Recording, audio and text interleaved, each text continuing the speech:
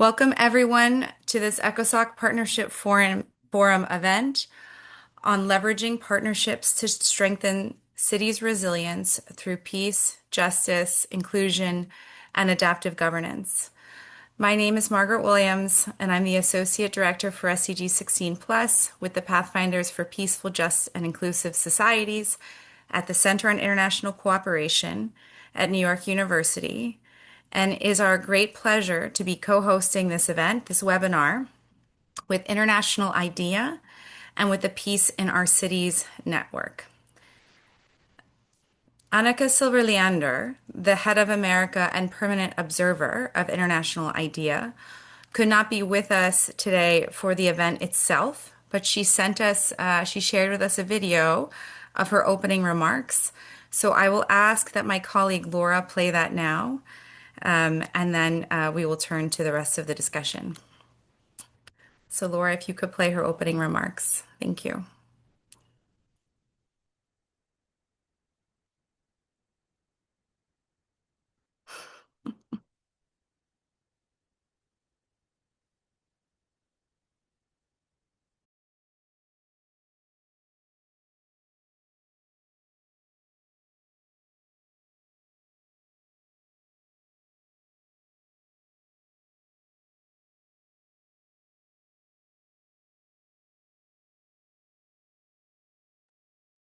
Apologies. Is anyone seeing anything?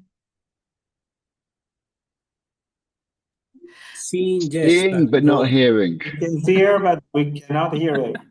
No audio. It's almost ready. Almost.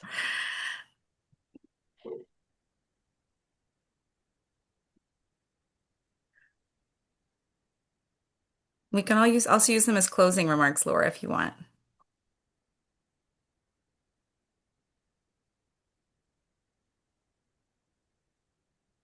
I feel like it's only fitting.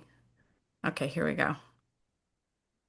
There's going to be a problem with audio. So I apologize for that. Do we That's mind okay. moving on and using it as closing remarks? Not at all. So what I can tell everybody is that International IDEA is a longstanding partner of the Pathfinders for Peaceful, Just, and Inclusive Society. It's an international organization committed to democracy, works in a number of countries worldwide, and is committed to SDG 16 in all of its work and programming. So we will hear from Annika at the end of this discussion. But let me go ahead and continue welcoming everybody to this discussion. We are absolutely thrilled to be hosting this. And I, for one, am very much looking forward to all the interventions by the panelists and then an engaging discussion. So for those who are joining, please do not feel shy in putting any questions you have in the chat. We will field those and then bring them to the panelists' attention. But this whole webinar has designed to be both informative, practical, and almost conversational. So please do not be shy. As mentioned, we're thrilled to be hosting this as part of the ECOSOC Partnerships Forum. Pathfinders has been engaging in ECOSOC Partnership Forum for several years now, and part of the reason for that is because we see this as the kickoff for the road to the high-level political forum in July every year.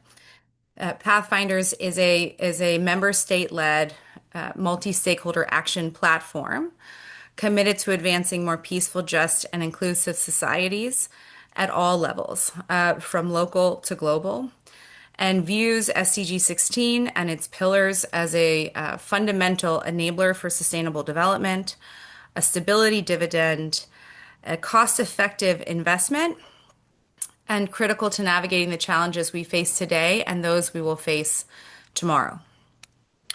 The world is at a point of rupture, as we have recently heard.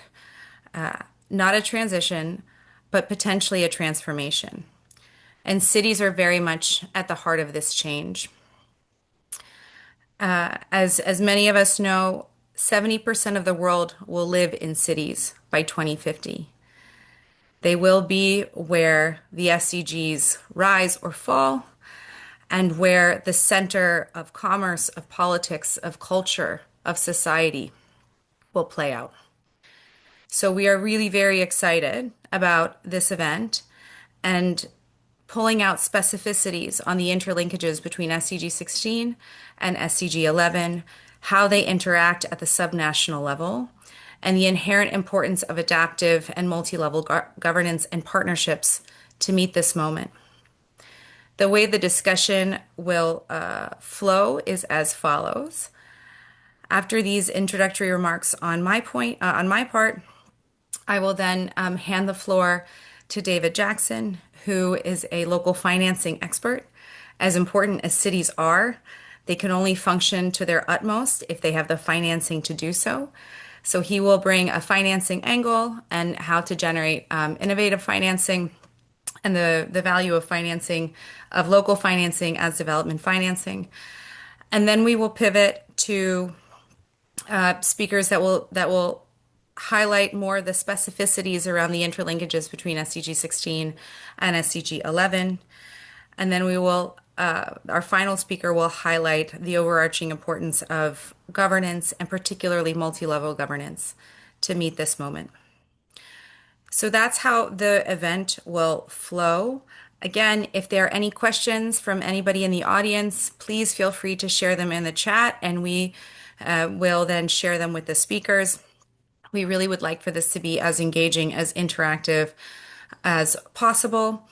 And then finally, at the end of following this event, we will send out a summary of the discussion, as well as resources that are highlighted by each of the speakers for everybody's knowledge, networking, and implementation.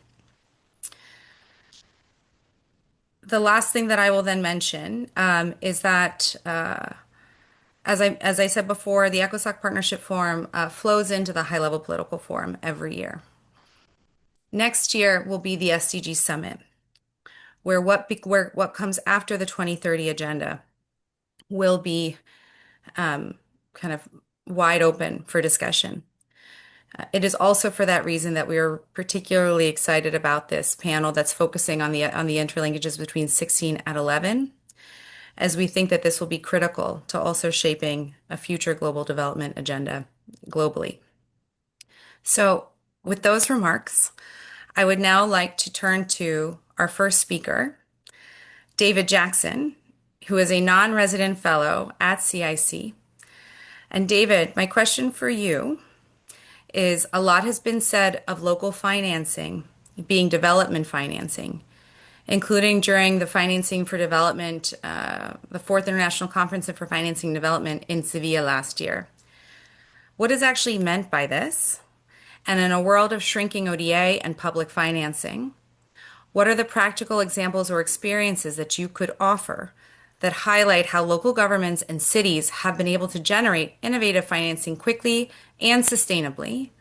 And how has this helped meet the moment and people's needs in the face of these evolving challenges and some of the bottlenecks at national level? So David, over to you for this question, and welcome again to everyone. Well, thank you very much indeed, Margaret. I hope everybody can hear me. Can you all hear? Excellent. So I'm going to answer this question in a kind of broad way. And of course, if you'd asked me that question at the time of the Seville conference, the answer would, I think, have been a little bit different, because things have moved so fast. At the time of the Financing for Development conference in Seville, I think we were still believing that the kind of the post-war order was still in place. So this was the classic Financing for Development conference, and together with many others, we led a real push around the concept that local government finance is development finance. Now, of course, things have moved a lot since then. So in the spirit of your introduction, I'm just going to have a quick conversation with you for the next 5 minutes, or with all of you, about some critical issues that we're facing now as SDG 16 and 11 come together. So when you look at SDG 16, it talks about transparency, it talks about anti-corruption, it talks about strong institutions, etc. Now, Of course, those are important because of the need for legitimacy. And if you're going to have any kind of stable society, wherever it is, unless the person, the citizen, feels that their government or their bosses or whoever it is that is overlording them or over them is legitimately in that place. Unless that is there, you really can't move forward, whether it's at work or it's in society as a whole. So transparency and a lot of the goals of SDG 16 and democracy itself, of course, is very important for legitimacy. So that is the first platform I want to put on the ground. Without that, we just can't move forward. And we see around the world now what happens when legitimacy of governments start to fail. And for peace, of course, you really need that legitimacy. Now, moving on, there are three crises we face right now. There's the geopolitical one, these changing alliances. Is Europe still with the US? Is China still with that? Those are the pieces of the chessboard moving around. That's one. Secondly, in addition to the pieces of the chessboard moving around, there are the democracy crisis, the crisis in democracy. And I think I don't need to explain about that. This is an event co-organized by IDEA, but at all levels, democracy is in crisis. It's not growing, it's declining. I remember in the 90s, a book by somebody called Potter that was talking about the fourth wave of democratization, how even more places were becoming democratic. No, now democracy, however you define it, is declining. So we have moved the pieces of the chessboard are moving around. Democracy is declining. And then the third is, of course, the environmental and climate crisis. That is kind of half forgotten about, but without that, we're all going to die, sadly. So we need to actually get ourselves organized to combat the changes in weather, which may well render large parts of the planet uninhabitable.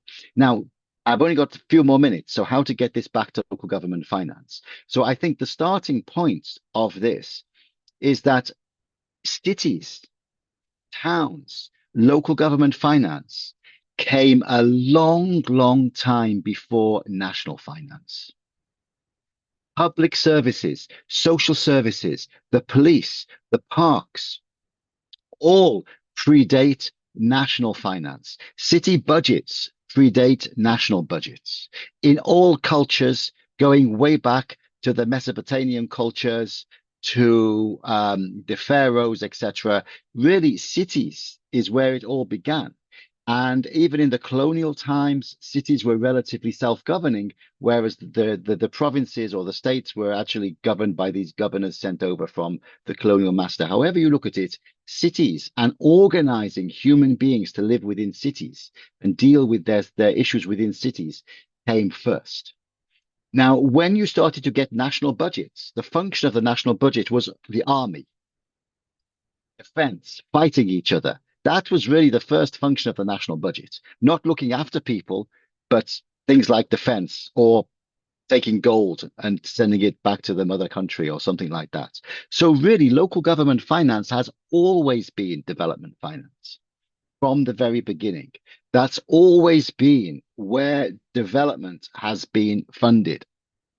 Now, what I think we need to do now and how we need to get this back on track is, if you think about it, whatever's happening at the national level, the city is still there. The city government is still largely legitimate, even if the national government is not so much. And if national governments are concerned about issues with regard to legitimacy of institutions, they should look at increasing their local government finance to rebuild the legitimacy from the bottom up. If national governments are concerned about the climate crisis, the most effective and efficient way to deal with that is through local governments, because, and I have the data on this, 70% of climate adaptation falls under the mandate and responsibility of local governments. And you can only adapt city by city. It's all about town planning. It's all about construction materials. It's all about management of drainage. It's all about management of water. It's actually a local function. And then and so on and so forth with the other basic elements that we need to survive as healthy and prosperous societies. So I think the message is, you know, that moving forward in the post SDG world, whatever that is, that looks like, we really need to think that to some extent, the nation state as an organizing principle for international affairs is getting a little bit outdated. We can look at the problems it's causing. The UNFCCC process is going nowhere, to be frank. And we have all the data, but we're not stopping greenhouse gas emissions. So what's the solution? I think the solution has to be a refocus on the city as the unit of budgeting and the unit of action, the unit of delivery of services. And that will actually help the nations themselves. Because, as Michael Bloomberg once said, if you want to build a nation, equip a mayor. And this can also cut across a lot of the polarization that we're seeing in society. And one very interesting topic, and I'm going to close soon, I know time is almost up, but very interestingly, you often see mayors of parties that at the national level are climate deniers, national level, being, whilst they are mayors, the first people to move ahead with climate resilience locally. Because they will say, well, it's about the weather. It's not about climate change, but it doesn't matter. It's the resilience that is coming in. Because when you are a mayor, you have that visceral connection with your community that you don't really have outside of that. So I know the time is pretty much up. I would like to jump into, and I'm not going to now, but I'll do it into the various forms of local government finance and the various ways in which local governments can increase their revenues as we go through the rest of the meeting in response to your questions. But I wanted to put that up there first, because I think the following speakers will talk about the various different roles of local governments, but putting the local government as the financial hub of the country has to be a starting point. So I'm going to stop there. And looking forward to talking more about specific local government finance kind of items as we move forward. Thank you so much indeed, Margaret. Thank you so much, David. That gave us an enormous amount of food for thought and was really rich. And I'm always in awe and grateful for speakers that can also bring a bit of an historical perspective. And the last time somebody mentioned Mesopotamia, I'm not quite sure when that was.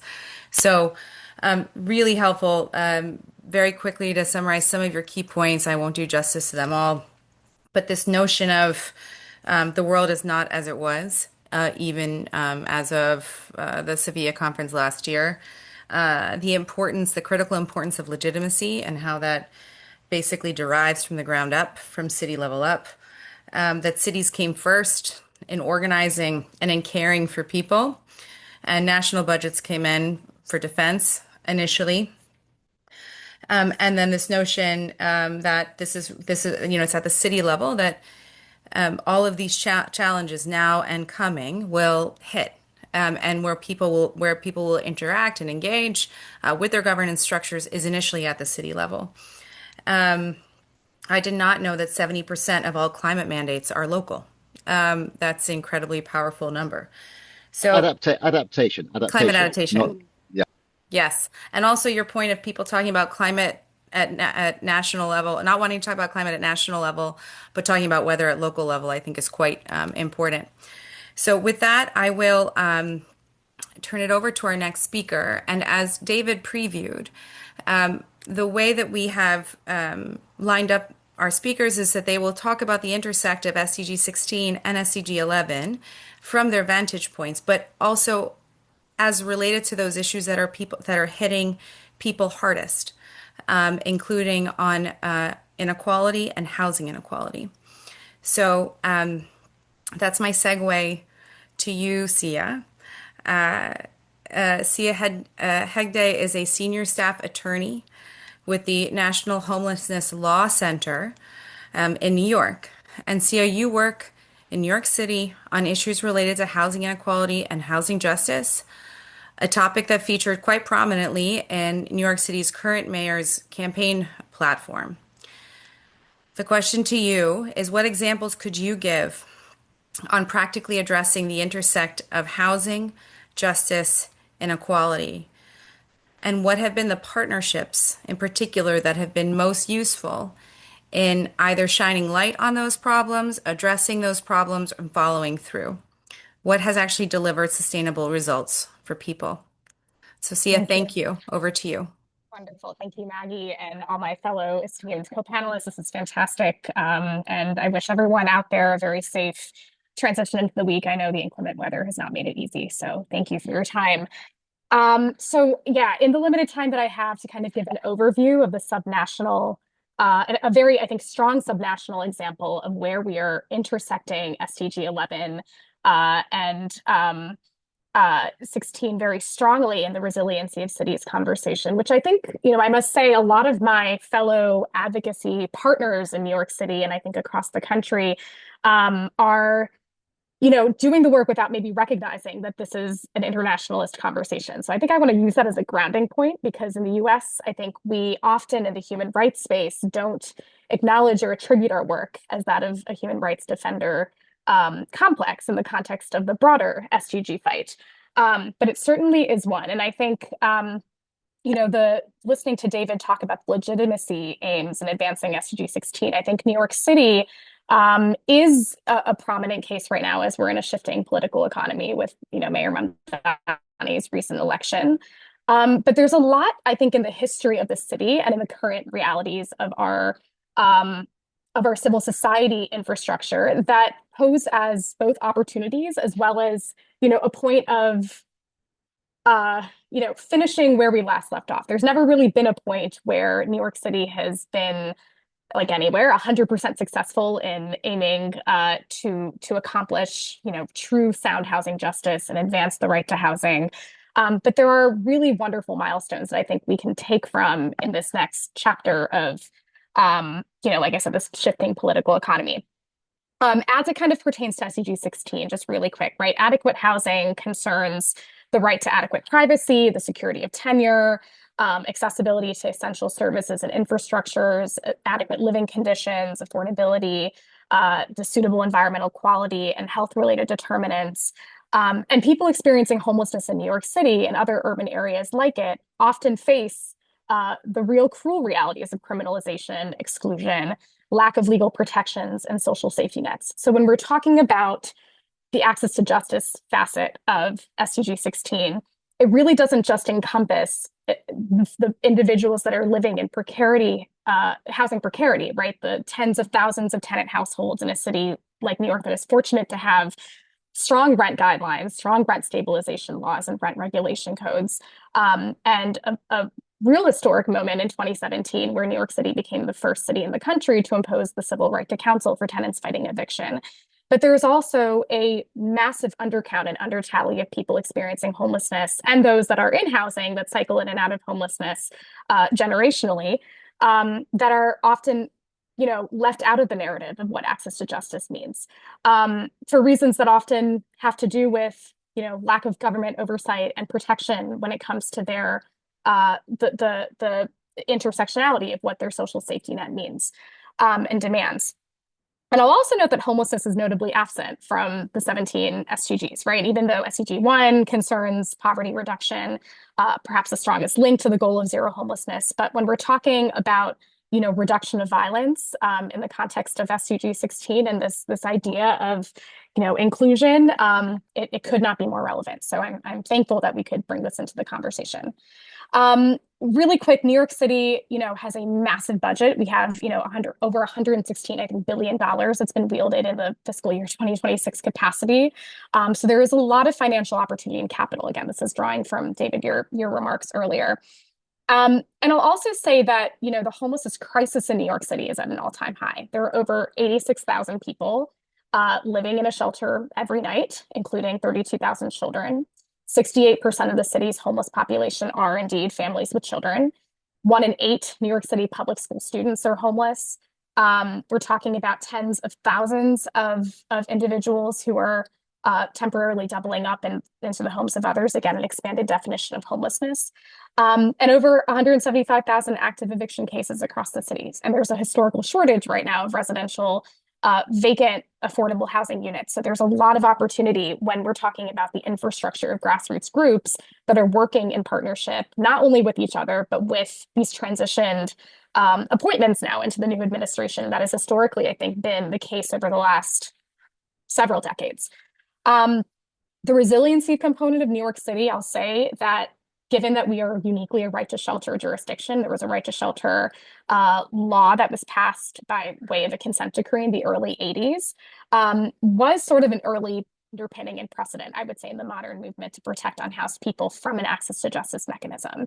How to turn that into a right to housing is a challenge that now many of us in various interrelated spaces in New York City, not just from the legal dimension, but especially the policy organizing and the participatory defense elements of, a civil society base has been at least in concerted conversation on.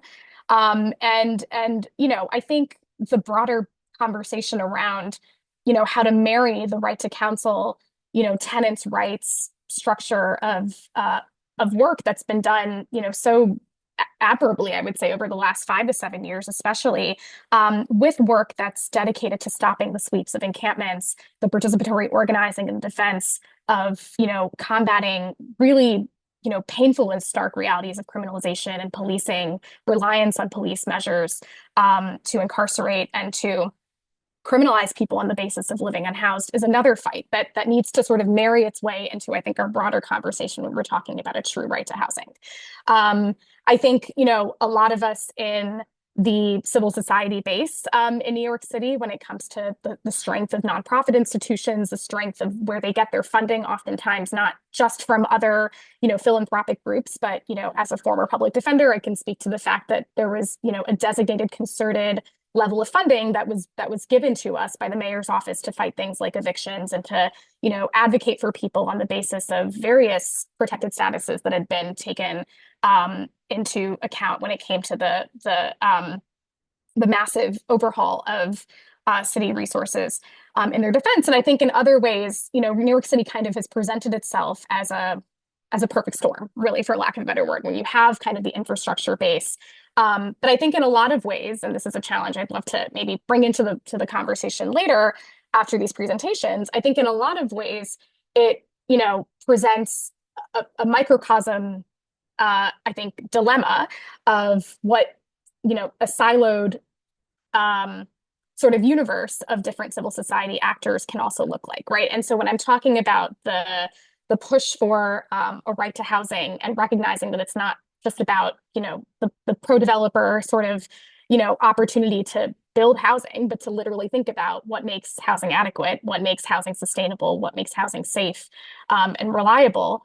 You have to open that conversation up further into spaces where we are also engaging our friends and colleagues in the criminal legal system reform and abolition fight, into our friends and colleagues in the immigration defense fight, our friends and colleagues in the fights to expand public bathrooms to account for people who are being criminalized for having nowhere else to literally use the bathroom, and ways that the carceral state kind of expands its footprint into why I think New York City as a resilient city has the capacity to do so much more. So maybe I'll stop there, and I certainly have some proposals for innovation that I'll reserve for the end when we talk about our remarks, Maggie.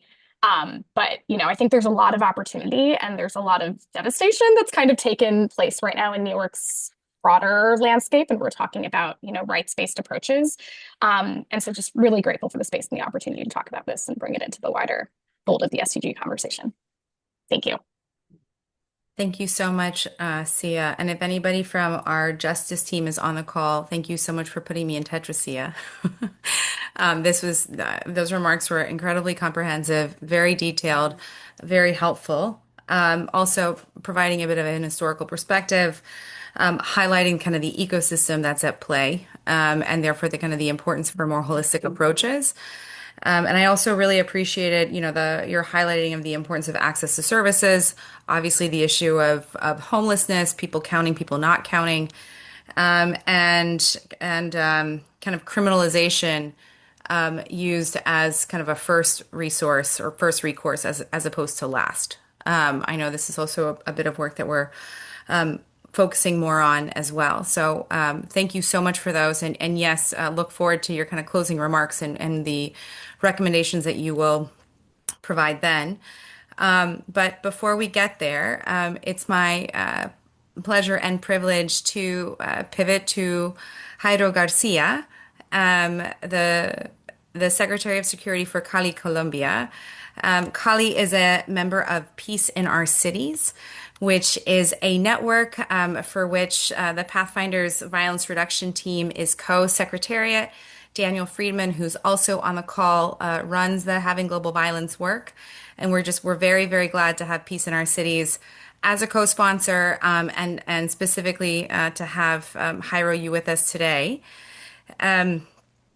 From your vantage and also building off of the previous speaker's remarks, how have you seen SDG 16, call it whatever you want to call it, integrated into your work and into the functioning of Cali?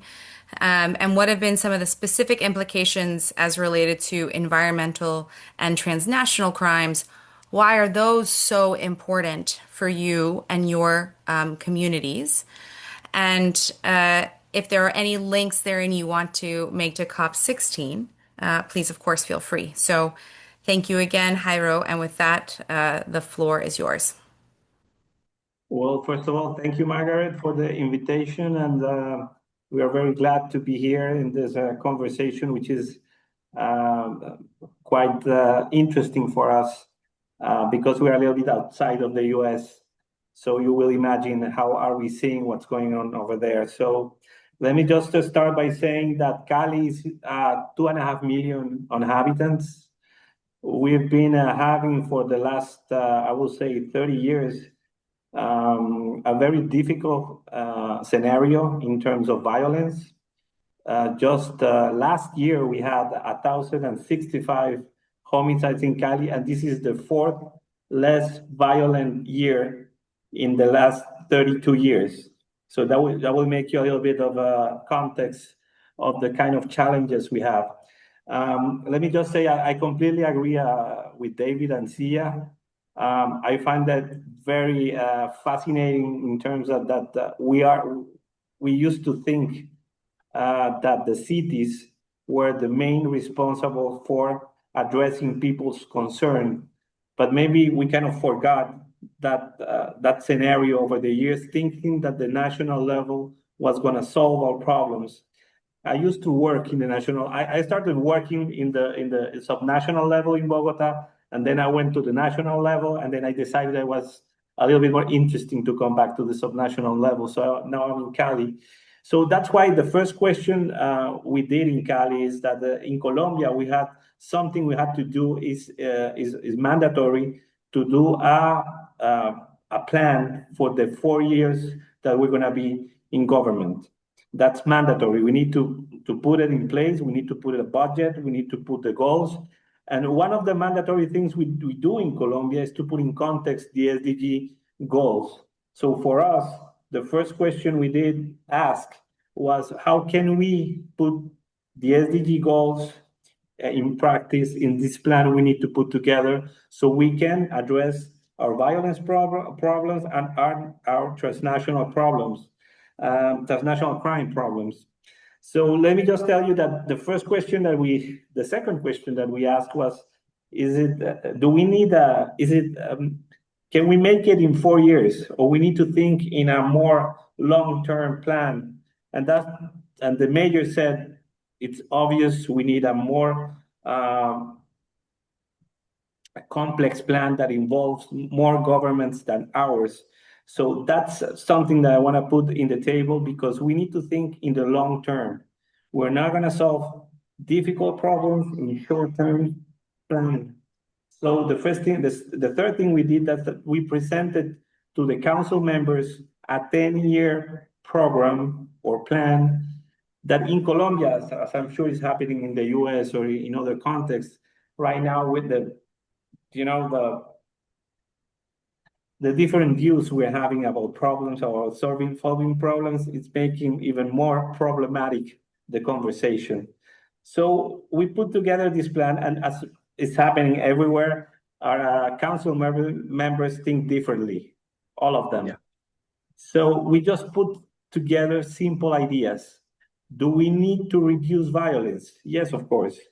Do we need to address the problems we're having with younger people between the 14 and 28 years old?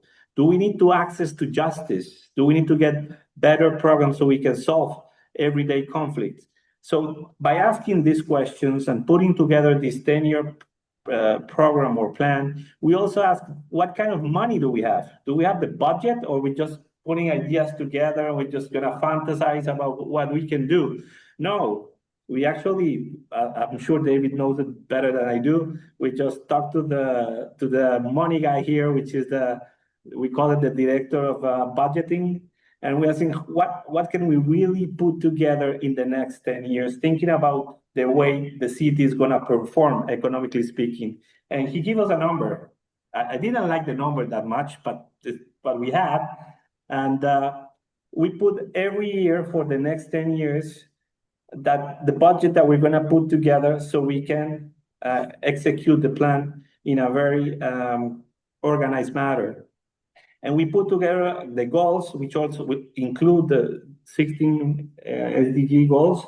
And what we're doing, what we've been doing for the past 2 years is putting together the programs that will execute the mandate of this 10-year program. And I found it sometimes when you have conversations with other cities, the first thing you need to do is this our problem?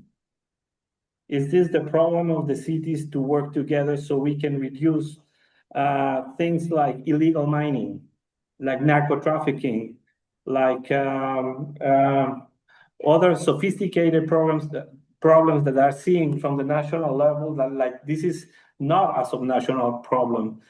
But what I want to say here is that we are obligated to do as much as we can to reduce all the problematics that affect directly our population. So the mayor said, listen, I'm sure the national level has a lot of problems and they're going to help us, but illegal mining is going to be something we're going to work together with the national level and with the state level.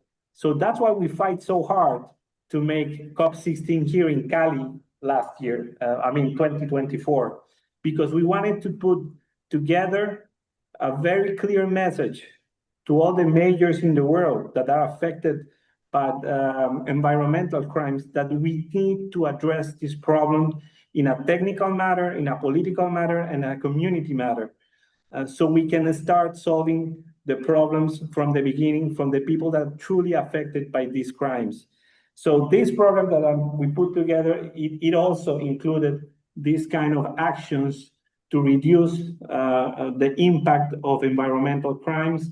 And that's why we're telling to other majors to put together a network that we're actually working with GTalk, and we've talked about it also with Peace in Our Cities, that we have different kind of conversations. And I'm sure we're gonna have to talk about eventually about budgeting, about the way we can work together so we can have the necessary resources, but also the necessary intention of addressing these problems. Because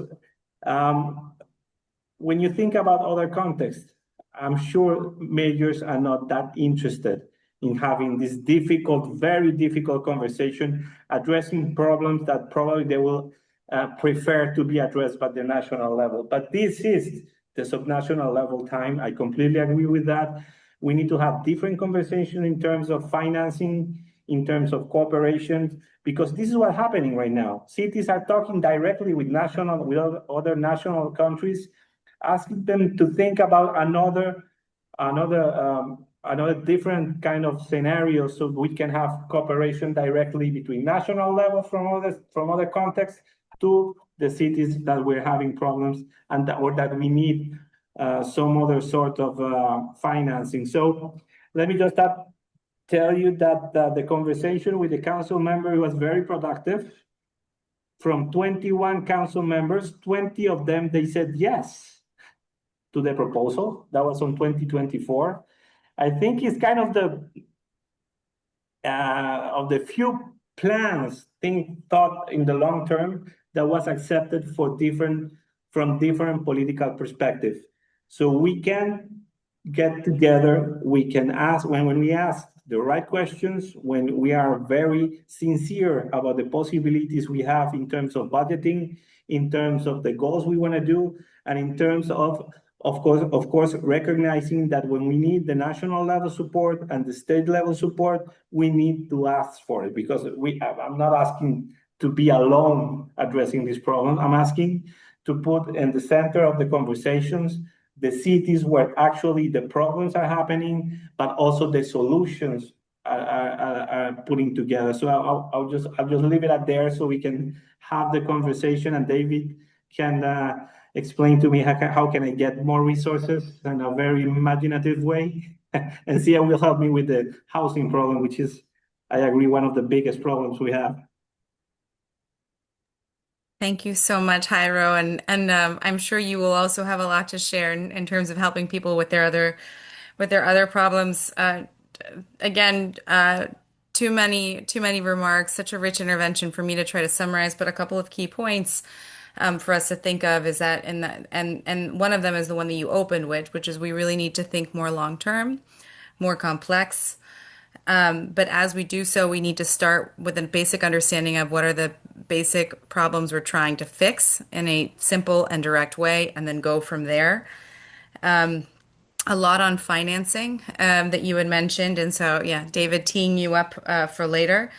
A lot on responsibility and accountability, especially at the mayoral level. So even things that are as difficult as illegal mining or narco trafficking, mayors are responsible for their constituencies. And so there needs to be kind of greater ownership in some ways of these agendas. And kind of to follow that up, to have both technical, political, and community-driven conversations on these issues in order to actually have the impact that you want in a system that is rapidly evolving. So I think Mario at the end will also have something to possibly share on this, as he from a multi-level governance angle. But picking up on your environmental angle, I'm now very pleased to pivot to our next speaker, Dr. Odette Uwizeye, who is chairperson of the Commonwealth Women in Local Government Network and chairperson of the Rwanda Association of Local Government Authorities. In addition to chairing these networks, she also holds elected local leadership responsibilities at the district level.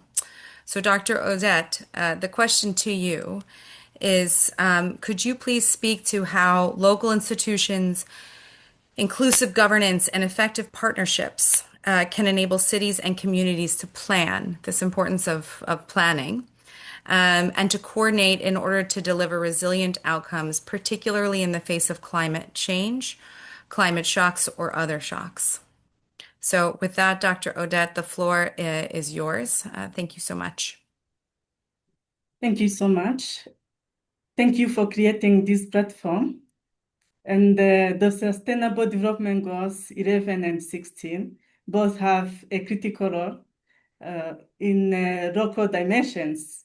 And our role as local leaders is to localize these global commitments to enable and support the sustainable development in our communities. Briefly, local government is a critical partner in the implementation and in monitoring progress of these SDGs. So I'm very much convinced that practical solutions can travel very quickly when leaders have a trusted platform for peer learning.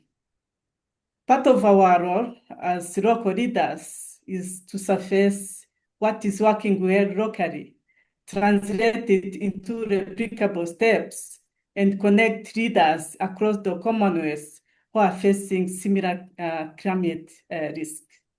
So climate resilience is not only a technical agenda, It is also a government and the leadership agenda. What communities experience requires local institutions to act quickly and fairly and stay accountable over time. So that is how, indeed, resilience becomes trust building. Let me now focus on the governance practice that makes climate adaptation deliverable. So how we decide as local level, how we deliver, and how we stay accountable over time through a practical governance model that we have named Decide, Deliver, and Prove. So to make resilience deliverable, we use a simple approach that can travel across contexts. We first of all decide with evidence and community priorities. So we start with local data and local statistics to identify risk and the people most exposed. And we combine this with structured community engagement to validate priorities. This gives legitimacy and makes it easier to mobilize partners. So a good example that I would like to put in is that in the different districts of our country, Rwanda, where I come from, we have been experiencing cases of people living in high-risk zones or those affected by the natural disasters, either landslides, flooding, and any other climate risk. And as a solution, the government of Rwanda decided to introduce integrated development program model villages designed to relocate households from high-risk zones or disaster-prone areas into compact, serviced, and modern collective housing or multi-story apartment blocks. And beyond these IDP modules, we also provide the required infrastructure facilities like paved roads, water and electricity, street lighting, sustainable water management systems, ECD, early childhood centers and health posts, modern markets, recreational facilities, and other infrastructure facilities that can help have a safe life. So apart from that, we also now deliver, and we deliver by mainstreaming into plans, budgets, and roles. We avoid treating climate resilience as one-off projects. Indeed, we mainstream climate into routine planning and budgeting and assign roles clearly across government entities and sectors. So this is where cities and districts can be nimble, because we take decisions, we implement faster than through distance systems. And once we decide and deliver, we now prove progress through accountability and measurements. We do set targets, we track delivery, and we create regular reviews so that actions don't fade when attention shifts. So we ensure that we always get progress through accountability and different measurement and tools that are put in place. What we prioritize are actions that protect people now and reduce risk over time. So we choose interventions that are tangible to communities and defensible from an accountability standpoint. Another example that I can give for Rwanda is that the government of Rwanda is actively implementing a large-scale informal settlement rehousing projects, most notably in Kigali city, to replace vulnerable housing with modern climate resilience and planned communities. So these projects, often performed in partnership with international partners, like the World Bank, utilize a participatory approach and focus on on-site upgrading models that minimize forced displacement and keep residents within their social network. So this rehousing model is based on land exchange and compensation, and ensuring that residents contribute their land to secure new, decent, and affordable homes by providing their land. Beyond housing, these projects, of course, include access to roads and improving public lighting. So the key governance lesson that is there is the clarity on the roles, evidence-based prioritization, and visible follow-through that is built in trust and makes resilience sustainable. So when it comes to accountability mechanism, accountability, of course, is what turns a good initiative into a lasting practice. So we therefore rely on three mechanisms, and the first one being performance tackling and routine review, whereby clear targets, regular monitoring and structured review moment keeps implementation moving and help course correct early. Then we continue with community accountability and engagement. And by that, we should be aware that community engagement is not only consultation. It's a governance tool that improves targeting, surfaces problems fast, and strengthens legitimacy. So this creates a practical social contract whereby communities participate and monitor, while the government must show progress. And the third mechanism that we do use is transparency and feedback loops, whereby people need a space to raise issues and government must respond visibly. This is how trust indeed is protected during crisis. Another example that I want to give for Rwanda is that Rwanda integrates SDGs into its national development plans, and these emphasize good governance, efficient state institutions, and rule of law. And those national development plans are Vision 2050, the second national strategy for transformation, sector strategic plans, but we also have at district level and city of Kigali, we have development strategies, thereby ensuring that every level of government contribute to shared national strategic program and inclusion and environmental sustainability and resilience are among these key priorities. So still at district level in Rwanda, we do have what we call annual performance contracts for each district embedded from the above mentioned strategies and programs. And we have regular implementation and monitoring strategies and tools in place. So we also have green and resilience urban areas, whereby the focus is on developing eco-friendly and climate-resilient urban infrastructure, specifically in Kigali City. And we do have in Rwanda secondary and satellite cities as well. And we have efforts in solid waste treatment and waste valorization.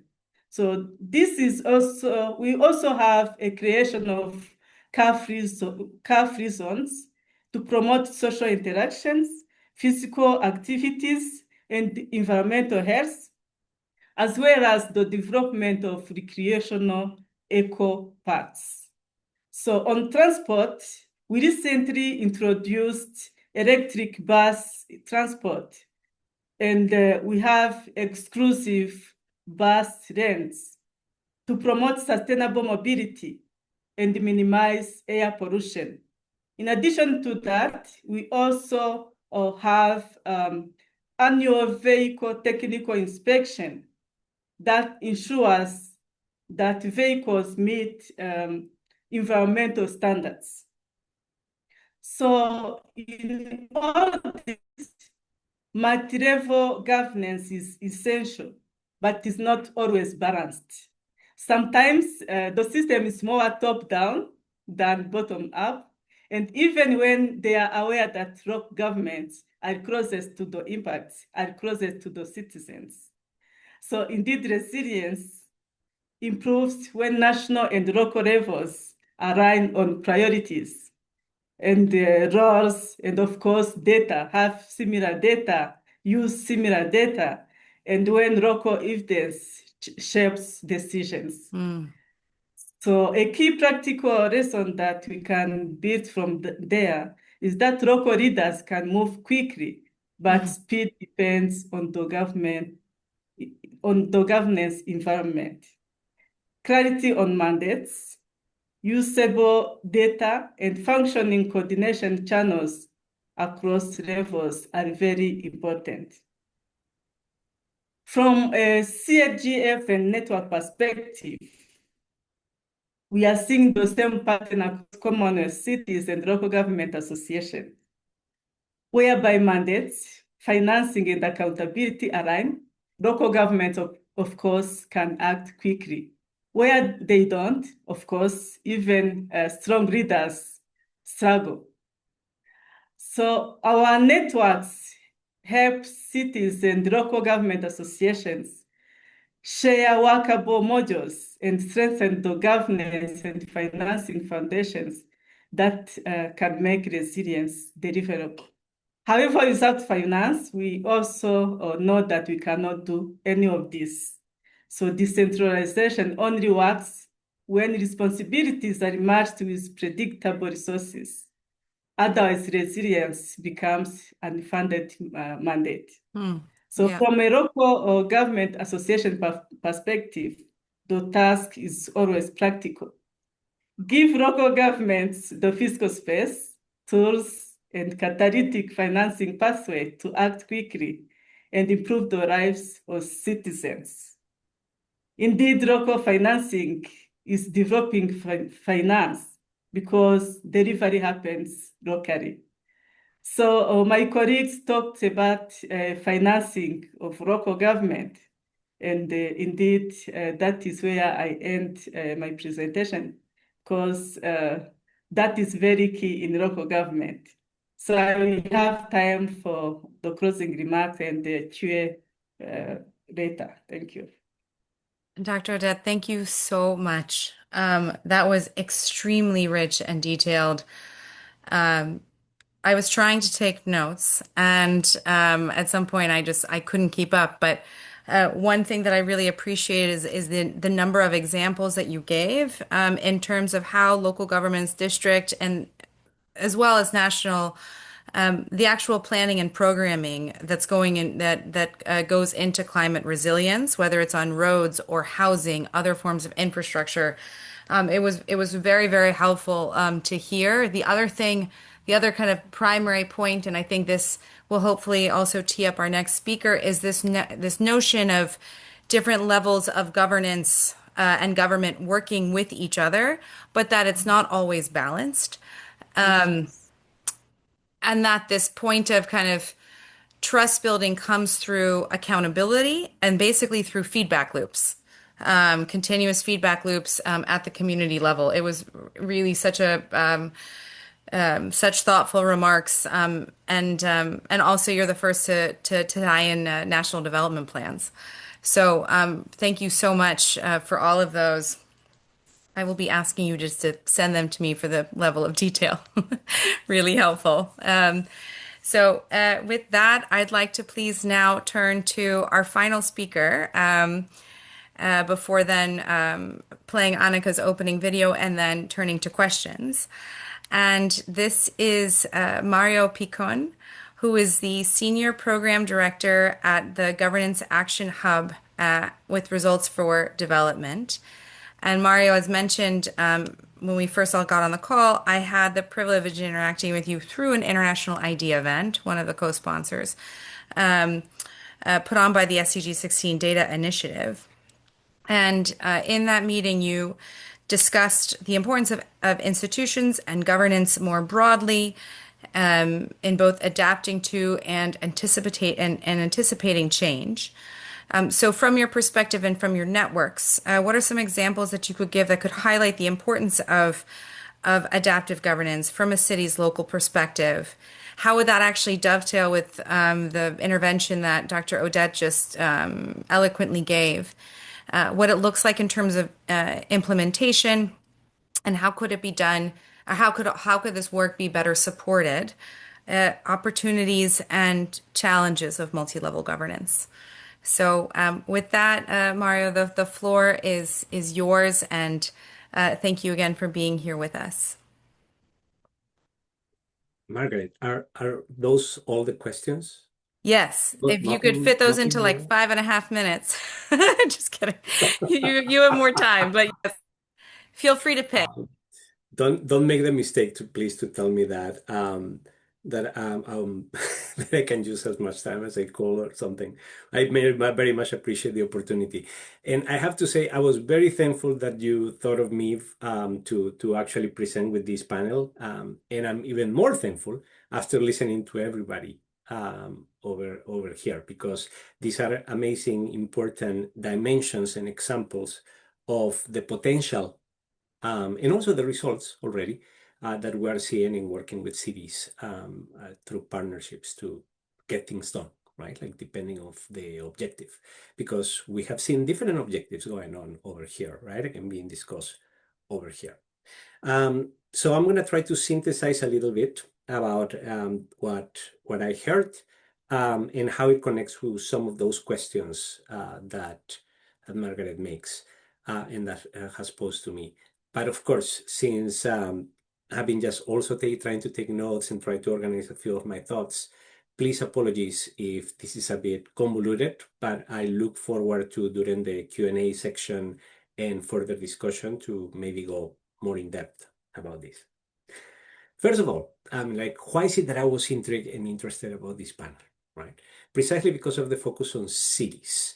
More generally, I like to talk about subnational level governments, which of course involve much more than cities, but it's going to give me a segue into discussing multi-level governance.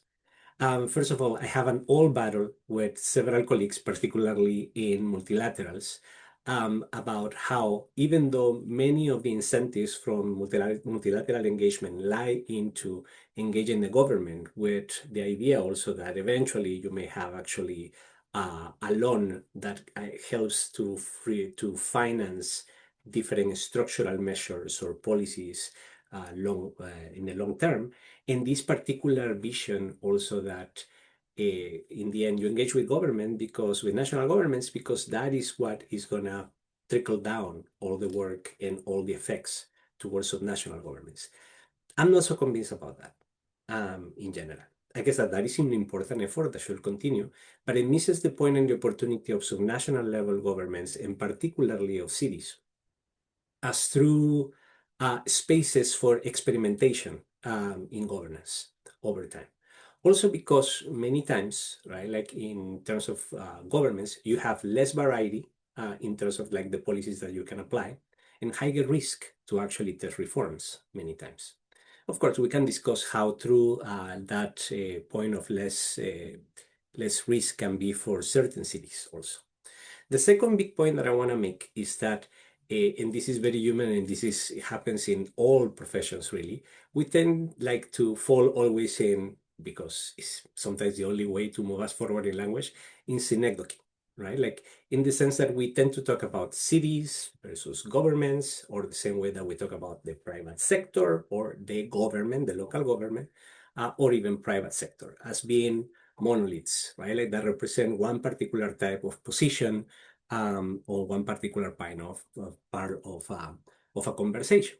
And we forget that each one of those entities are very complex and have also different levels, and also are made out of people with different incentives, levels of power, or levels of influence too in actually making things happen. So this is important because even when you talk about a city, right, like I'm sure that Jairo can, for example, share that Cali, right, like is in itself formed by different segments within the city. Lima, the city where I was born, has 42 districts, right? So there are certain attributions for the metropolitan area government, and there are other certain attributions for the district governments, right? And then you have other levels, of course, of governance that are there to consider. So that is an important point for the examples that I want to mention in a moment. The third point I wanted to make, and that goes to the heart of the kind of work that I do, right? Like, the kind of work that we do at the Governance Action Hub is rooted in the end into a very strong discussion that we are trying to like put out there, that in the end, governance is not only a process of simply getting the right structure to actually make a policy or a goal happen. We're not talking about the way to organize an administration. We're not talking about a board of governors only. We're talking actually at a process of steering to actually getting things done over time. And steering also involves that things may change. That while you are actually implementing one of your programs or initiatives or interventions, right, at the local level, there may be a point where new information is being generated that allows you, if you decide to take the chance, to actually change course. So you are actually able to pursue the goal that you are trying to pursue. And this is at the root of the concept of adaptive governance in the end. It's just very simple point that I wanted to make. So these are three things that I wanted to just set up for introduction, introducing the conversation.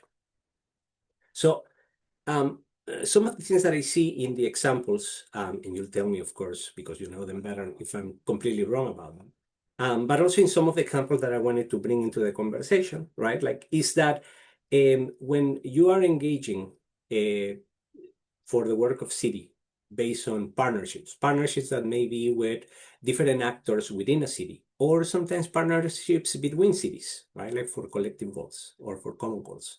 There are a few things that we need to consider to actually not only getting a governance setup that is more responsive and better responsive to context, but also to be able to adapt over time when you are going to find, because you will find a bottleneck. Because remember, even if your program, you feel that may be going well, right? At some point, they're going to be strong.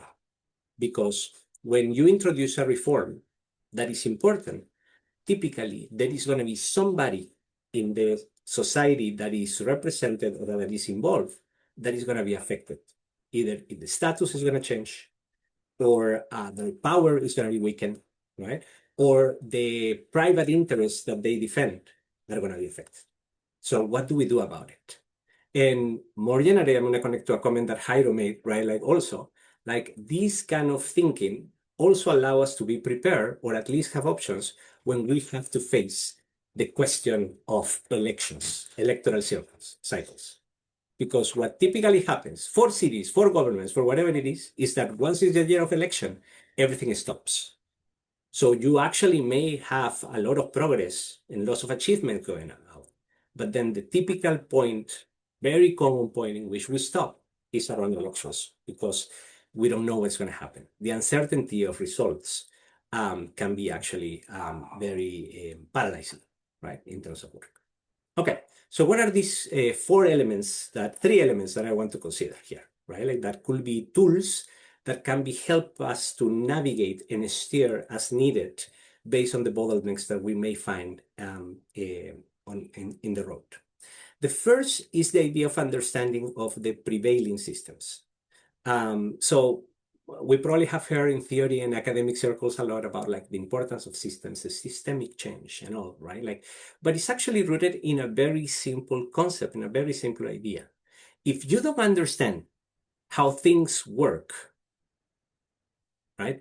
Who is connected to who is what is the piece of each one of these puzzles that makes things happen, right? Like, but you look at it not only with an academic perspective of like understanding the system, right? Like, or like showing the system, or a nice system maps of those that we may see out online that are very convoluted, but very important, right? Like, and then you use it to actually inform your strategy moving ahead, right? Like, then you're always going to be just focusing on one or two elements of the system, and the other levers, the other points in the system, right, like may actually either limit the impact of your particular policy, or what you may see is that eventually you're going to have so much opposition, right, by those that are losing status or losing power through your reform, right, that that reform is going to be weakened or slow down until the next electoral cycle, and then we start over many times. So kudos to those of you that have been able to push important reforms. Jairo, I was listening at your example, for example, about like how the leadership of the mayor was key, for example, in thinking of in terms of long term, which is great. Sadly, it's not the case every single time. Right, like Sia. I mean, like we have had some interactions with Mandani's team even before he became mayor already. Right, like particularly looking at programs even in Colombia right now. Right, in cities in Colombia related to energy transition and all, something that we have been working on over the last 2 years. But that curiosity, right, like it's also something that I was not expecting. But it is important to understand also what are all these difficulties that a process that may be well-intended, right, like may also face over time, and that may limit its success. The second point in the second concept I want to bring to your attention is the idea of networks. Networks and the concept of shared capacity, right? Like networks in terms of like how do you connect with others that may even help you enhance your own capacity or informing your strategy, right? Or potentially help you influence the process of change. And for this, right, like this should be used in informing also how is it that you can enhance your partnership over time. Partnerships tend to be, in the end, what's the word? Not circumstantial, but it's like they're sometimes made of convenience, right? Like why? Why am I saying this? Because typically you are able to find many others that share the same perspective or the same goals of you, right? And you engage them into a conversation. But the problem is that if the issue, the challenge is complex, or you are in a context of high complexity, right? Like that partnership may actually be very weak in terms of the results that it can achieve. You need at some point to consider also, number one, how do you find allies at your city level, in other parts of the local society, or at the national level, hell, even at the international level, in terms of potential allies, that may help you position your reform and generate influence so you can overcome, right? Like the power dynamics and the particular context, the particular prevailing culture of doing things that many times prevents that reform to actually happen. And the third concept, very much related to this, is the idea of coalitions. Again, right? How is it that for specific things, when we identify a bottleneck in the system, that by ourselves, nor even by the prevailing partnership, we are able to overcome, right? Like, how is it that we maybe identify common goals even with people that we disagree with, or that do not agree initially with the particular reform or policy? So now I'm going to just mention 3 quick examples, right? Like in terms of how is it that in different cases, the one leading the change may come actually from different parts of society. So sometimes actually maybe cities themselves, city governments themselves. Sometimes it may be the civil society around them. Some other times may even be private sector, right? Like, or a local key actor like universities in this sense. So 3 examples, very quick, and I'm not going to give you much details, but we can discuss more about each one of these cases. All 3 examples connected around the idea of a hub. The governance action hub, I represent the governance action hub, and I'm not selling it in terms of like, in that sense, the idea of the hub. But actually, they all work and operate as a hub, right? Like without us being involved from the beginning. We're actually learning from them in that sense. Now, remember, the idea is that the hub is a center, right? A node, right? Where different actors, that connects different actors of different outputs or different activities in general. I always talk about the idea of hub as more than just one element in that node. In many ways, the grease that keeps the system going, right? Or that allows to change systems when we know what is the system that we want to end up with. So the three examples are what I'm seeing I'll keep using example. Three examples. One in Peru, for example, this discussion about engaging different players in a particular area, the city's mayor, the regional government, the academia, the private sector, and all, in the implementation of regional development plans. Why this matters, right? Like, because first of all, you need something that brings people together, that actually people care about, something that has already been validated through participation and concerted effort. And then you need to be able to find ways in which people of different perspectives can own different pieces of that puzzle of actually how to make it happen. We have had very interesting success in leveraging those conversations and actually facilitating dialogue between people and organizations that do not necessarily agree with each other. For example, environmental NGOs with mining companies, right? Like in a particular area on specific issues related to local development.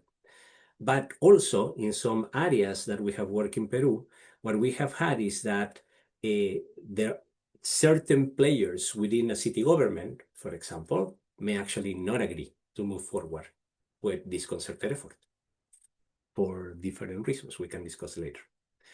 So it is not a given. I guess that's my point. Second is the case of Asivekelane in South Africa, for example. They literally mean in isiZulu, let's protect one another. It's a coalition of 8 grassroots organizations launched in 2020 to address a specific gap in services. And different cities has a different model of governance and a different goal because they are trying to respond to a particular context. So in Cape Town, Tshwane, Equitable, Nisna, Mangaung, Johannesburg, right? Big cities, smaller cities, and they have a very conscious effort going on trying to adapt to a particular context and the particular history of each one of these cities. And they have a hub structure, right, that allows them for those context-specific solutions. More importantly, to your question of local, right, like they specifically connect local, the municipal departments, national, the Office of the Auditor General and the Treasury, and horizontal connections across the 8 grassroots organizations and cities, in 7 cities, right? So you have different governance layers. Sounds complex. Well, life is complex, right? Like, so we have to actually adapt to it and react to it. And I can add very much equity focus.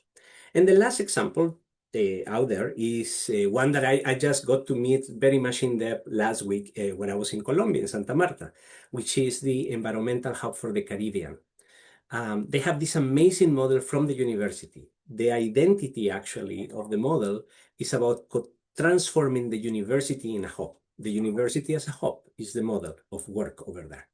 So one of the key concerns that they have is that they have been able to combine governments, private sector, and all, but they need more connection with people to actually influence the results. They may have actually a lot of very good data that they share with policymakers, but that may not be enough to actually move the needle, particularly in issues related to the environment. This shows the limitation of data and information, even though it is fundamental, you need it, right? When you do not have yet many of those connections to generate influence, both from the local community, right, or the local city, or also from above, in that sense. Because otherwise, what you have is to play against many private interests that may be affected if something is done based on the information that is generated. Just 3 examples, right, like that are I'm not going to try to sell them a success, right? They are work in progress, actually, right? But at the same time, they also show some limitations and challenges that they themselves, hopefully with the help of many of us, right, like can be able to overcome over time. I'm going to stop that.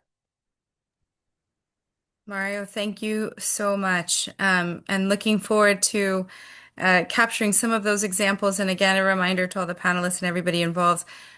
We will be sending, when we send the thank you, we will also be sending 2 or 3 resources from each of the panelists of their own choosing, because the what's being talked about here is extremely useful and practical and real. So very sincere thanks for those remarks. And those examples. We're running out of time. So I know, David, there was a question for you in the chat. But please, anybody who would like to answer that question, ask another question, interject with some additional thoughts. The floor is open. And again, sincere thanks to all the speakers. So David, first to you, and then to whomever else wants to take that question or ask another one. So I thought perhaps Jairo might be that question might be more appropriate for Jairo, and then I'd like to come back on a brief comment on the finance aspect, because the question is actually about violence. So oh yes, I'm sorry, I was looking at something. Yes, Jairo, first to yours. Thank you. No, I just had a question or an observation about the hub Mario talked about. I find it very interesting because when we talk about a hub in the private sector, it's very easy to understand. I mean, everybody says, okay, I understand a hub. But when you talk about roles, mission, and of course, budgeting, it gets a little messier. So I would like to know, how do you imagine this concept of the hub in terms of the public sector, and especially when you talk about the national, subnational level, but also when you talk about international cooperation and international relationship? I find it a little bit more complicated, but I truly understand the idea, and I find it very interesting and very easy to catch up in terms of speaking to other stakeholders.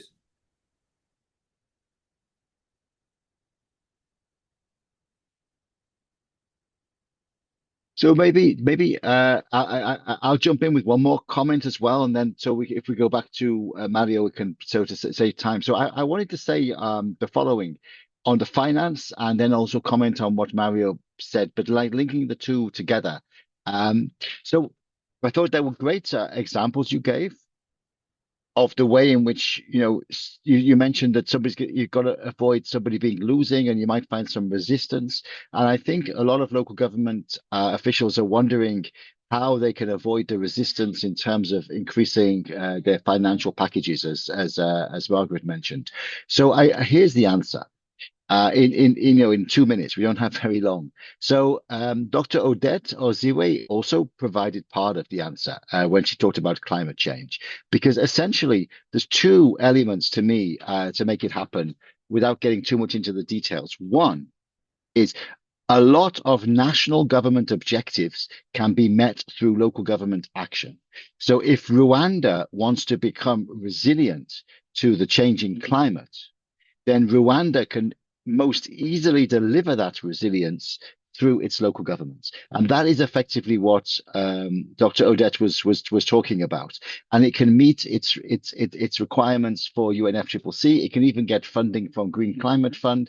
And there's even an international standard, ISO 14093, which is an international standard for local governments to deliver climate resilience.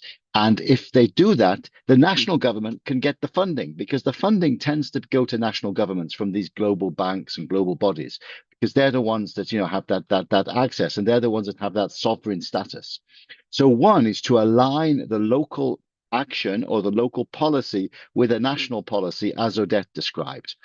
Second one, which is more related to what Mario was talking about, is, and I think I'd like to add to his hub issue, is that the issue of finding a like-minded activist in inverted commas at the national level who you can work with. So then it is more than an alliance of convenience, it's actually an alliance of conviction. And I've seen that in multiple countries around the world. There's always somebody there in the Ministry of Finance who gets it and gets the role of local governments. So you need to build that alliance of conviction, that alliance of activists, and I'm using that, of committed people to create those links, those networks. And then what you find is there'll be like a shadow network of people that support the idea of local government finance at all levels. So I think that's the second way to achieve this. Again, we really are running out of time. And then the final one, and this relates a little bit to what Sia was saying, is the issue of when people like talking about bringing the private sector in. They love talking about blended finance. They love talking about let's, get these projects to do this. Now, you can only take on a loan. You could only do kind of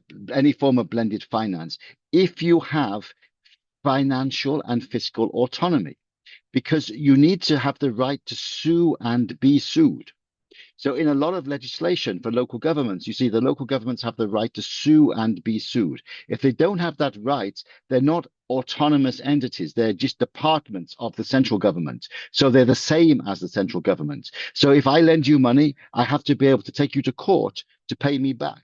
So you have to be an independent entity in one way or another. Now, so if central government wants to do more blended finance, wants to bring the private sector in, wants to do more projects, it has to provide more autonomy, because only an autonomous entity can enter into a financial contract.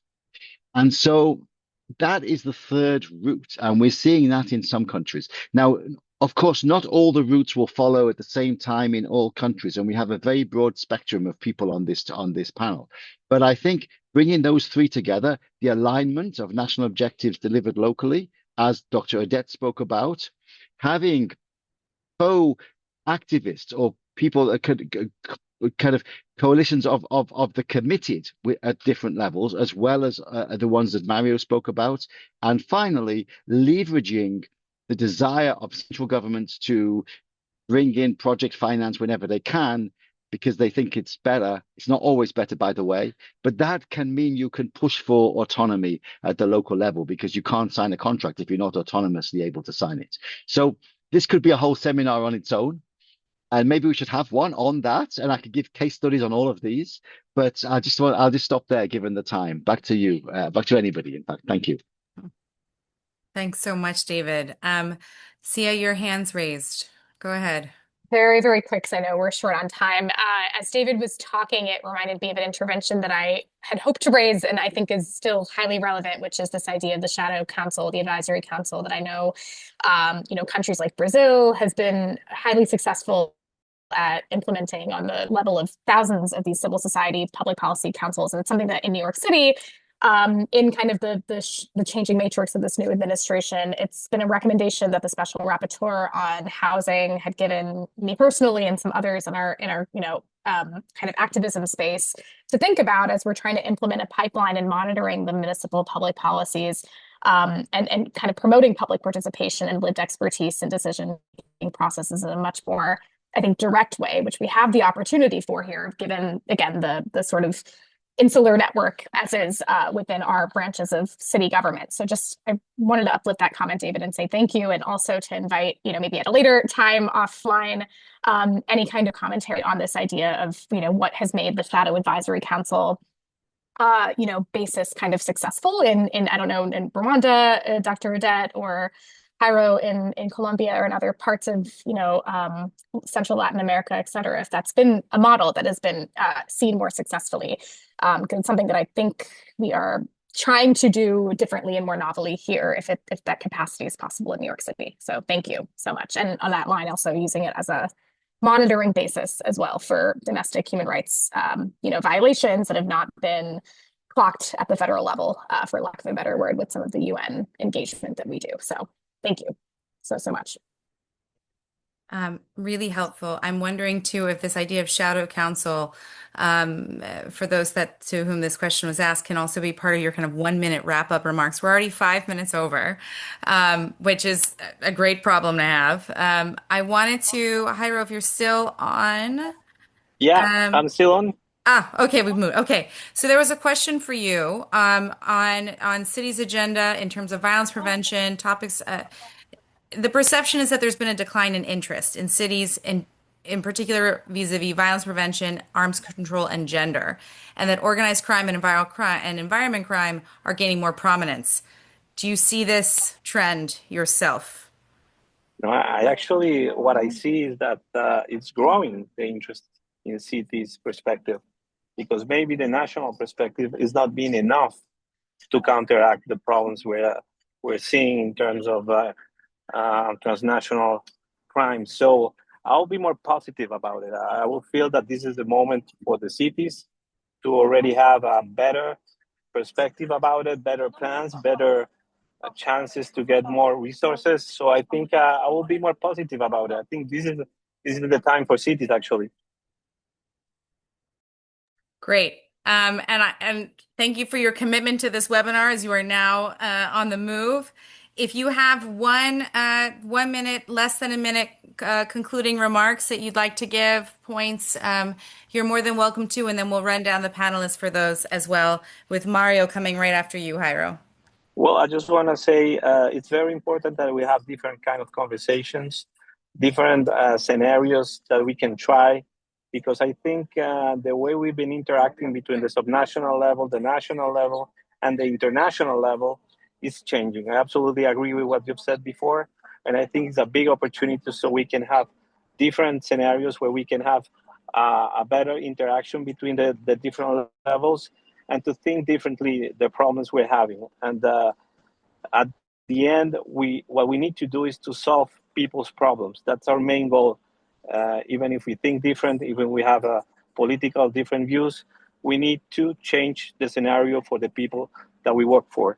And that means in the case of Latin America, in case of some American cities, that we need to lower the level of violence, that we need to lower the participation of young people in violence and in crime. So we need to do better, and we need to think outside the box. I'm sorry to be a little bit cliche about it, but this is the time to think differently from the local perspective. I definitely believe that this is the way to change things, thinking about the macro level problem so we can solve it and we can change scenarios. So thank you for having me, and thank you for this great conversation. Thank you, Jairo. Over to you, Mario. Two very quick comments. Thank you so much for those reactions, right? Like with David, it will be amazing to talk and exchange a few more notes, actually. Like the way I see it also is that when you think in terms of governance that is adaptive, participatory, inclusive, it should not be as something that is normative, something that like you should do this way or this other way. That's the whole point. That's how we got actually to the point of governance that is not responsive to sometimes to the problem that is at stake, but also how it connects also in terms of like in a particular financial environment, how it could help also reduce even risk for those that are actually lending the money.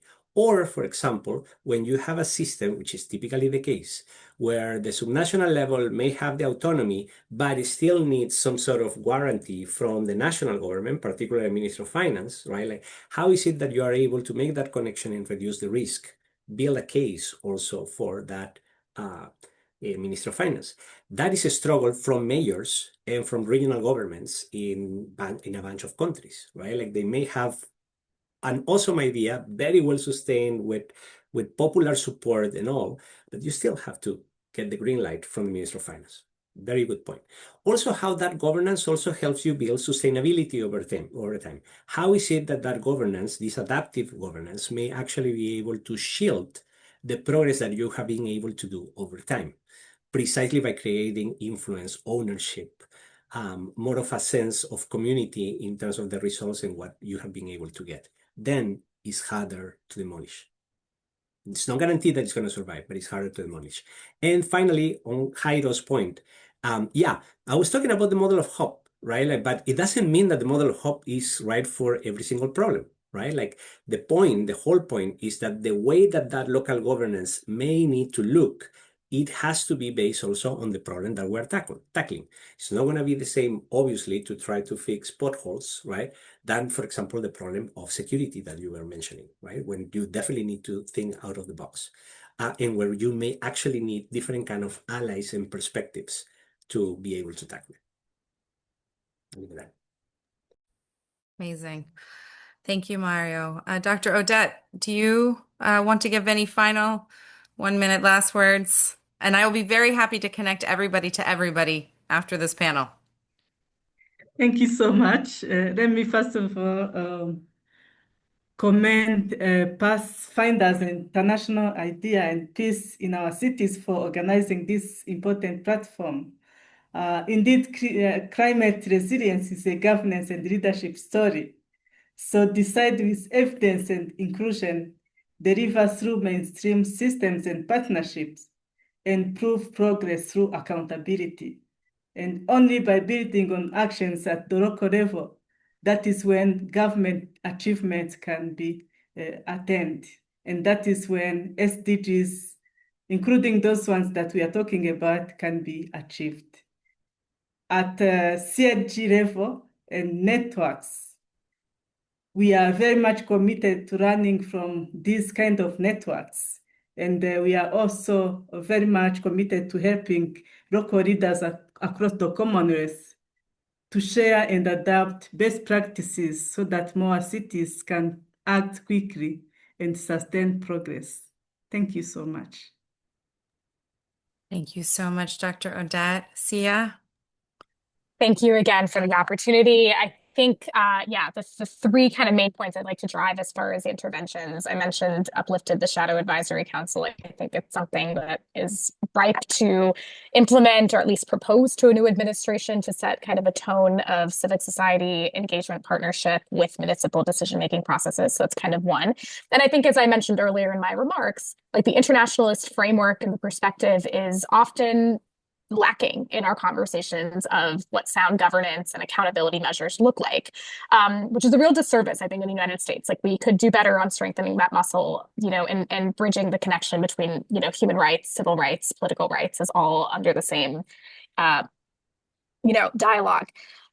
So that's one. I think, as we're looking at a multilateral fracturing on the global stage in real time, uplifting the point on alliances again between, allies in the national activist conversation within the special procedures bodies of the United Nations system, as they are thematic experts, right, on housing, on extreme poverty, on all the different things that we're looking at when we're uplifting the SDGs, super critical. And I think on a hyper, local level as well, creating our own mechanisms at the civil society level for human rights report cards. This has been something that's happened successfully in certain cities. Miami was one of them. New York City has been, working in again, not as conservative a fashion as we could, but we're getting, I think, better at trying to recognize that we could, reclaim kind of the role of a monitoring process from the civil society level to identify and to almost bring the kind of shaming and naming capacity of what these violations are unfolding themselves as, and what policies are immediate kind of next step priorities. So I'll kind of stop there, but thank you. Just want to uplift everything the speakers have said. It's been fantastic. Thank you so much, Sia. Thank you so much to everyone. If there are no more kind of final remarks from any of the speakers, which I don't think there are, if there are, go ahead and say them now. But if not, I wanted to also very quickly draw everyone's attention to Daniel Friedman, who runs the Having Global Violence or Violence Reduction team at Pathfinders. Hi, Daniel. And Pathfinders and the HGV team are co-secretariat of the Peace in Our Cities Network. So I just wanted to give a quick shout out to him. And if there are no additional final thoughts, closing remarks, we'll We'll follow up with a thank you. We'll connect all the panelists. This was an extraordinary conversation. We are so grateful. And I'm leaving with a lot, but also with some hope and to think of coalitions based on conviction. So with that, I will now ask my colleagues to play the welcoming message from Annika. International IDEA is a very committed and dear partner, so I didn't want to not get to this. And thank you, everyone. So over to Annika.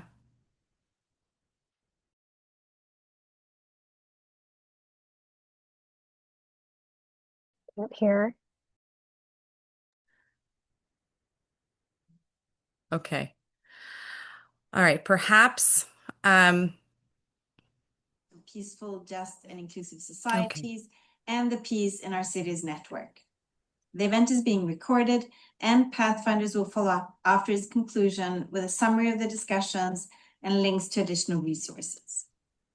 We are pleased to be joined by a distinguished panel of experts and policymakers from Colombia and Rwanda, who will share lessons on how their countries are advancing SDG 16 at the local level. They are joined by experts from the Center on International Cooperation, the National Homelessness Law Center, and the Governance Action Hub at Results for Development.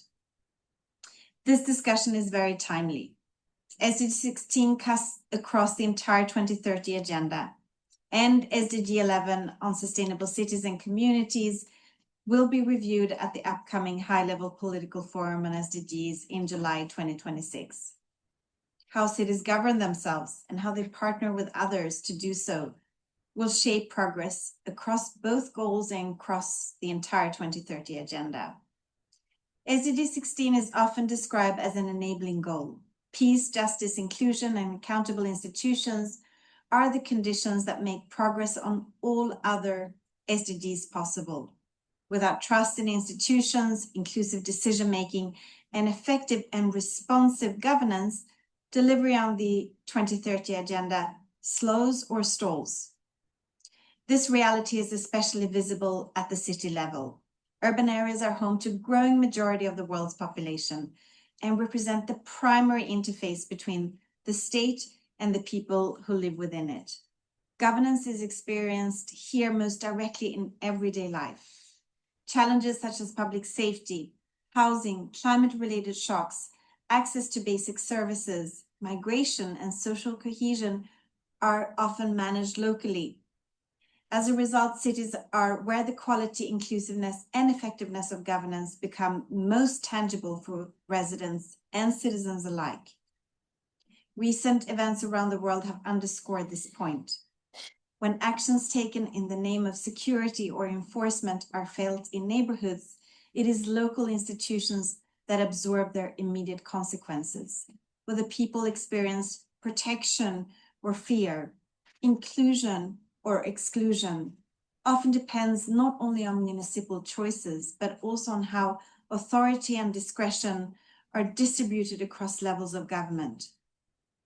Intergovernmental relationships and legal frameworks shape what cities are able to do in moments of stress and how rights are upheld in practice.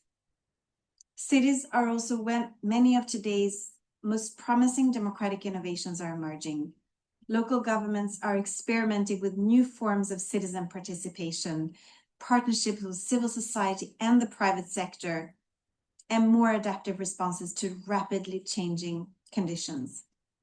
And these innovations often arise because cities are close to people and close to their problems, and because local leaders are under constant pressure to deliver results that matter for them.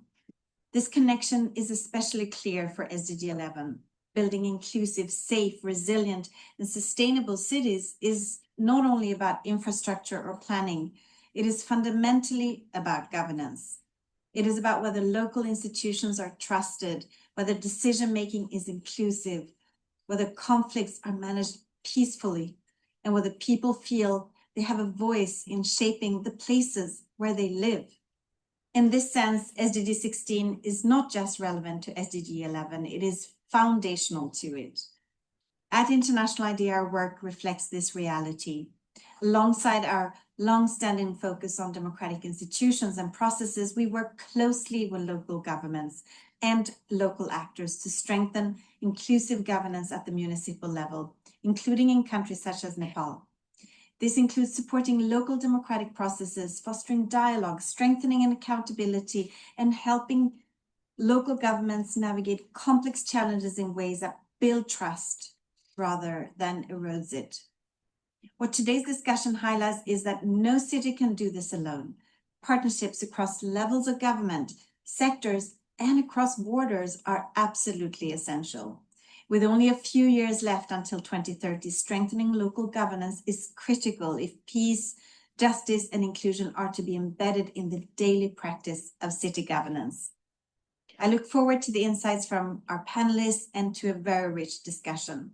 Thank you so much. And I now hand over to our moderator, Maggie Williams, who will set the scene for the discussion. Thank you. Thank you all. So rather than setting the scene, and thank you, Annika, for those remarks, just another very, very sincere thank you.